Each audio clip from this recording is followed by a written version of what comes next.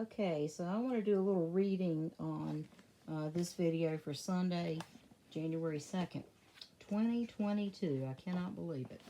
So, the next part of this book, Women Who Run with the Wolves, and I have a Facebook page for that I'm hoping to flesh out more this year.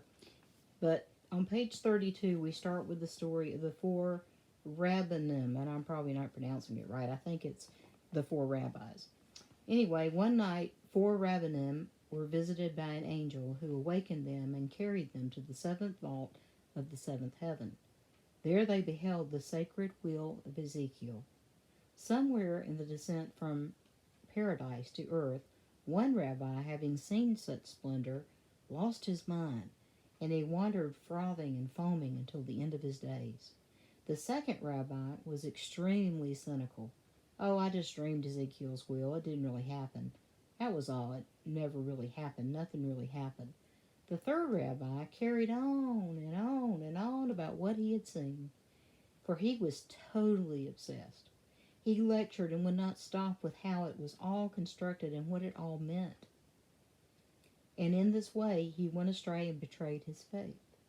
But the fourth rabbi, who was a poet, took a paper in hand and a reed and sat near the window writing song after song, praising the evening dove, his daughter in her cradle, and all the stars in the sky, and he lived his life better than he had before. So I went through and highlighted a few things. She's got like 4 or 5 pages of text here to delve into this. But when the Essenes, who were like the people that lived like in the mountains outside Judah or somewhere in the Holy Land, I didn't check the map for it. But John the Baptist is thought to have been an Essene, and they lived very simple lives, and they didn't care for any of the trappings of modern, at that time, what they would consider the modern world. So the contact with the world, wherein the Essenes lived, causes us to know something beyond the usual, if we would look at that. The moral obligation for us is to live out and to express what one has learned, and the descent to the wild self or the ascent to the wild self.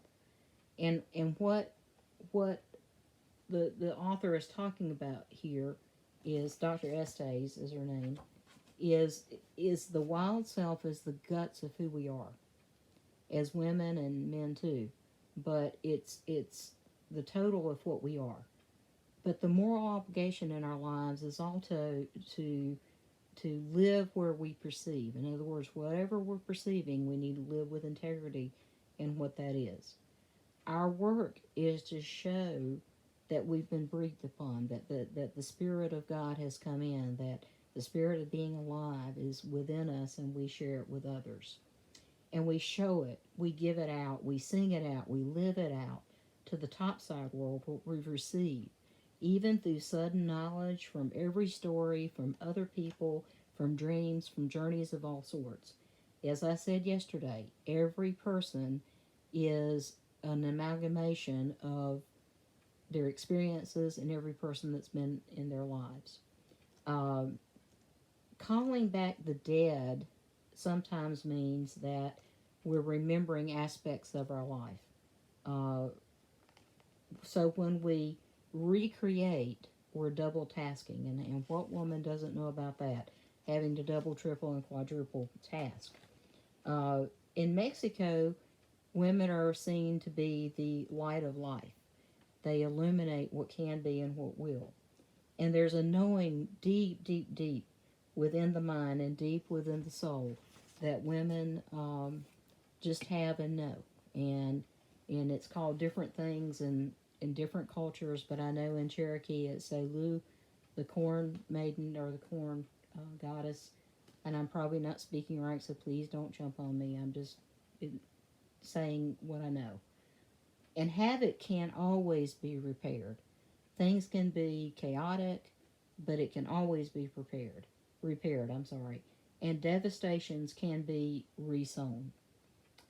Fields can be rested, Hard seed can be soaked in order to soften it so that it will sprout and grow and produce.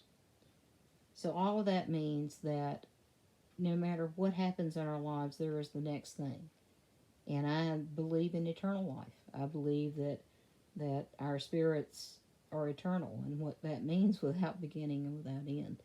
And I'm not going to get into the theology of that in this podcast, but just know that what we do and what we say and what we reflect out is very important. And I'm going to, myself, would like to try to do better with that. Women love to dig in the dirt. And I know there are going to be some women out there going, oh, no, I don't. Well, yes, you do. Think about it. You're at the beach and you kick off your flip-flops and you feel the warm sand and the waves of the ocean on your feet. That's digging in the earth. There is a thought process that when you touch the earth, some things happen within your body, and I can't remember the exact details of it, but there is a group of people, that make sure that they touch the earth barefooted every single day. Sometimes it's the river. I know up in Cherokee, there are people that have to be touching the river every day. Uh, and because I am a new grandma, in that my granddaughter, I think, is 8 months old, but babies are born wizened with instinct.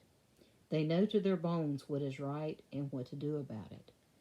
And it's only in retrospect that we look at the memories of a baby and what, when they came into the world, and it's fresh, and we call it in my church, the veil is very thin from the premortal life.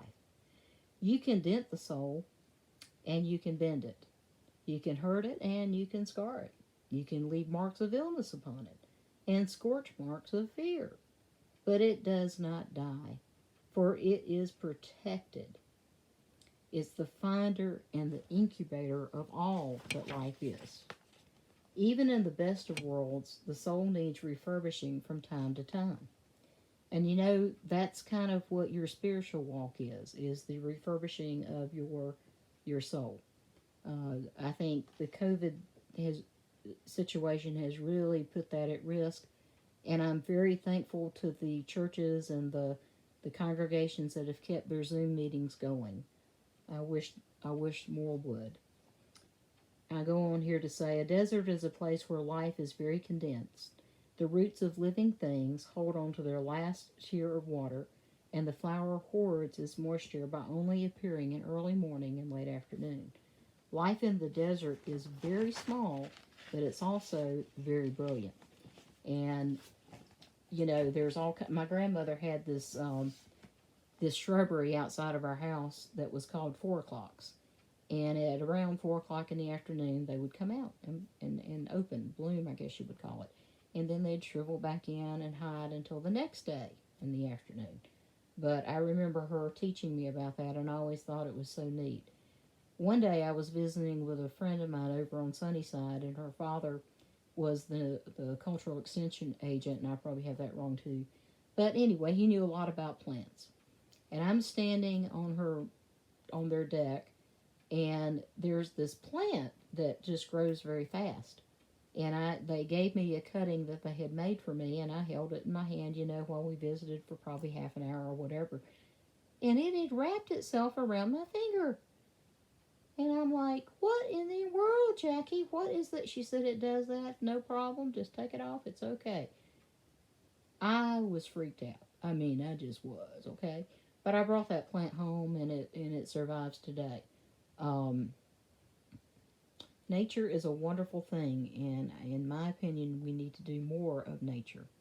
So I hope y'all have a great Sunday, January 2nd. I hope you get some spiritual nourishment somehow or another through Zoom, through attending church in a safe manner, whatever.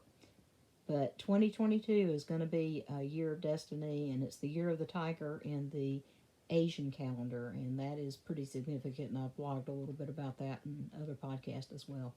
All right, y'all have a great Sunday, January 2nd, 2022.